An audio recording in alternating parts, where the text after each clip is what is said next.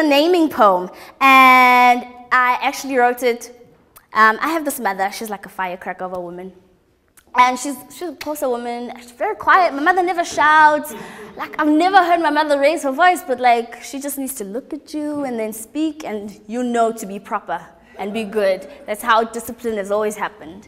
So I come from Krugersdorp, which is largely an Afrikaans town. And ever since I've grown up, like, my name is Vuyelwa. My name has been Vuyelwa, Vuyelwa, everything outside of Vuyelwa, which is, it's a very easy name. There's like Kules and Kagazos walking around in the world, you know? And I'm just like, my mother made it easy for you, so easy. So we were at the orthodontist. And these teeth are paid for. 5 good years of braces, hey, hey. So my mother's like filling in this form for the braces. And this woman is like, she's trying to read my name, I suppose. And she says to my mother, these African names, they're so hard. And my mother just goes, And when a black mother goes, you know what's going on here.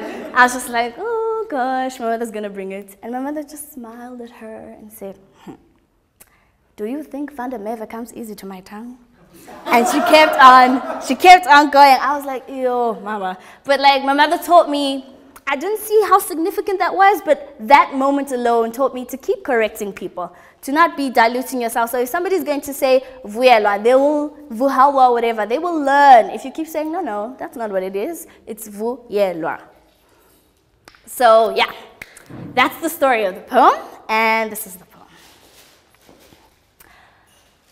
On the first day of big school, when the teacher lowers her glasses, the old couple held together by a weary frame, her shaky hands rocking the glasses down her crooked nose, to sit their heels in the trench of skin dug for the times she needed to stand her eyes taller over them, so she could squint to scowl at the naughty boy with the hot dog on his shirt.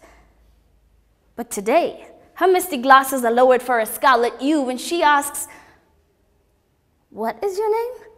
But you've practiced saying your name on a playground with friends. Know the mermaid skin it was sewn from could pick out the sound of each vowel jumping on top of a zinc roof in a rainstorm. Your name could play a game of hide and seek.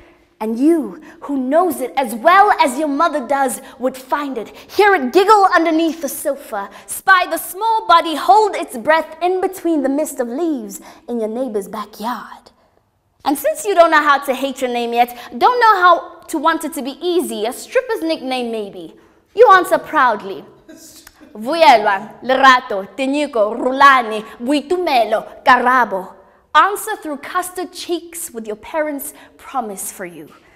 And when they ask for something easier, know that all promises worth making should dry your mouth out. And you are a language without acronyms. To the child sitting in a classroom with tables that could swallow you. When she picks up the name list, twists her eyes at your name to try to find something her tongue can lift, and then, reluctantly, pushes you out in syllables, like a smelly meal eaten on a sweltering summer day in front of a garden boy she named Alex. This will be your first injury in big school. But all your mother will remember of this day are your brave fingers and how they found friends and eventually let go of her. The shiny polish of your feet, and she couldn't tell whether your smile was nervous or uncomfortable, but she will remember this as a beginning. For you, it will not be the last time you have to repeat your name, to call it off a ledge built by a language that only lets us rent it for public appearances and university applications and poems like this.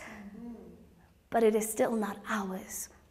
So, to my children I will say, in the language of their name, every lump in your name is my demand on the world for you. Let those who cannot fulfill each letter choke on it. Yes. And besides, as long as your name holds pieces of your parents' tribes in it, it'll be too big for some mouths, but still, Make them say it. Because only the people who can say it can see you. And baby, your soul, it has a face worth seeing.